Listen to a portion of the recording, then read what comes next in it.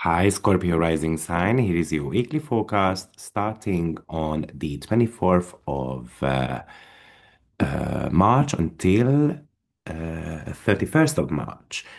So, this Scorpio rising sign reading is using Western whole sign house system because people are asking me, so I decided to announce that.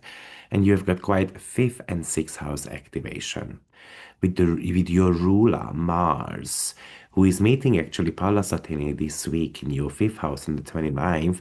Your core mission right now is about joy. It's about coming up with a strategic way of giving birth to your creative projects. And the earlier Sun Neptune fog that has taken place in your sixth house, your daily grind, but this week is more about bringing the sacred focus back to your passion projects or your children or setting long-term structural boundaries in your workplace. But let's break this down. I think this week we are taking the grind and giving it a strict, kind of like an operational manual. So, like I said last week, you had that Sun and Neptune conjunction in the sign of Aries in your sixth house. And maybe this was a little bit of a vitality issue, for example, or we felt uncertain about work circumstances. Maybe your body felt drained, or the office was a bit of a chaos, or we didn't know what tasks to prioritize because we might have had a lot on our plate. But now Sun is hitting Saturn in the very same house, and the dreaming ends, and then auditing is coming up. So this is about creating certain type of boundaries between your time and your to-do list. Potentially, if your health has been neglected, Saturn is here to help you schedule kind of like a doctor's visit or stick to certain type of routines. So it's about taking care of yourself, basically. On top of that, this could even talk to us about that you are going to be trying to organize your time a little bit better so that whatever you might have postponed last week, you are able to catch up with that. Now, it's a conjunction, so this is a new cycle, and the sun rules your 10th house, while the fourth house is ruled by Saturn. So, this is also about having to come up with a plan how to balance out work and life. Also, Saturn is super important this week because it's making a sextile to Pluto in your fourth house. And firstly, you need to go back to 2020, January. You're going to have to think a little bit about that period of time because we had the initial conjunction between Saturn and Pluto in your third house. So it was about, or it had to be about restructuring how you think, how you speak, who you allow in your immediate environment. Maybe you had to be learning to use your voice, becoming a little bit more precise about what I'm going to say. Maybe you started studying something. So if you started studying something, that this is a period of time when you're actually going to have to apply that. So I'm going to be making money out of that, for example. So now with Pluto in your fourth house and Saturn in your sixth house, this is about taking these boundary skills you learned in 2020 and applying them to your home office or to your domestic routine. It's about turning that private power into something that becomes efficient. Like maybe you want to be working from the kitchen table, or maybe this is the week then you should be kind of like building a formal office space or set rigid hours. Like I'm going to be, working 9 to 5 at home, but then 6 o'clock I hit the gym and so forth. So it's about anchoring your psychological growth as well into a physical system because it should be supporting your career as well as it should be supporting your home life as well so that your day kind of like run like clockwork basically. We also have got the Western North Node conjunction happening in your fifth house. That's happening on the 27th as well. And that's the sacred mission this time around because Vesta represents devotion and the North Node represents growth. So this is about the heart's joy, your children, the kind of like the masterpiece that you create.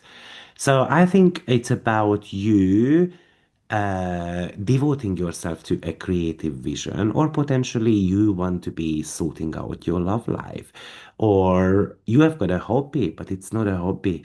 This should be a mission, something that you are going to be doing potentially in the next 4 year or so, because the North Node and Vesta do not meet every single day. Maybe you're gonna commit to a specific craft, a creative business idea. You are going to be dedicating time to even connect with your kids a little bit more. Remember, the North is trying to pull you to find purpose, but through meaningful pleasure. Also, we have got a Mars and Pallas Athene conjunction that I have already mentioned at the beginning of the week. Sorry, at the beginning of the video. And this is about mapping up a creative project. Pallas in Pisces helps you to see patterns in human behaviors, in your creativity. It makes you quite imaginative. And maybe if you are negotiating certain type of creative collaborations, this is telling you not to use any type of force, but just let's go with the flow. We don't need so much of a preparation, tiny bit of a preparation. And when you are interacting, let's say on a stage, fifth house rule stage, this is just a bit of a strategic finesse. Also, we've got quite a Cancerian stellium happening as well this week in your ninth house, which is the house of wisdom and travel. Now, we spoke about the ninth house last week as well because of Jupiter, Apollo, Isis, and Eros, but Sappho joins the club as well. So, this is about finding the divine joy in teaching, learning, connecting with people from faraway places. This could be brilliant to publish your idea, to plan a trip, to make a video and then post it on YouTube and so forth. But we also have got Venus in your, Venus moves into your seventh house and immediately squares Juno in your fourth. Both of them are changing sign this week.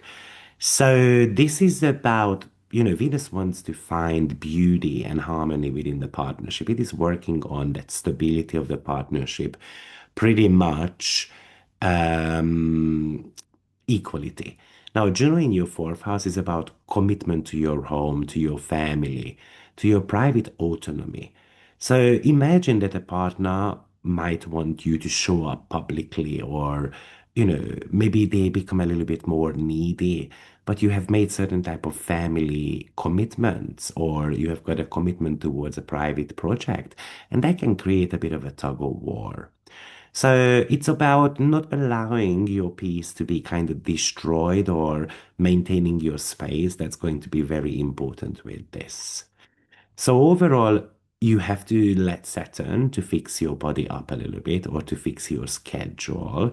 And that Saturn wants you to create or build an unbreakable routine. While, this is a week of growth, when you are creating a masterpiece, and you should be treating your creativity as sacred as possible. And you're going to have to negotiate with partners so you can protect your private foundation. I do believe that it's worth listening to the general forecast, where I'm giving you even more information, as well as the sensitive degrees that you need to be paying attention to. Because the most single important aspect a week ahead is always the one that triggers your own natal chart. That's why you need the sensitive degrees also. But it's about having that energy. It's about having the courage, for example, to make changes in your career. So with that Saturn Sun, we can sit down with the boss or with the co-workers. We can talk to them about their responsibilities, for example. It's about strength training, really. And we need the strength, right, to be able to tackle certain type of challenges, because traditionally the sixth house is a bit more on the challenging side. And the fifth house wants you to have the confidence that I can achieve success. I just need to be creative. I need the planning side of things. And I need to be able to enjoy as well the work that I do. And that's the fifth and the sixth house activations. We can even use charisma, nerve, and talent to get our way, for example, at work. Still a lot of Pisces and water elements in your chart, so it can still make you quite sensitive. Especially imagine that you were supposed to meet your child and then they cancel on you in the very last minute. So, therefore, you might want to be spending a little bit more time with your loved ones, with your family member, and so forth. So, have a great week, Scorpio, and I will see you next time. Take care. Bye bye.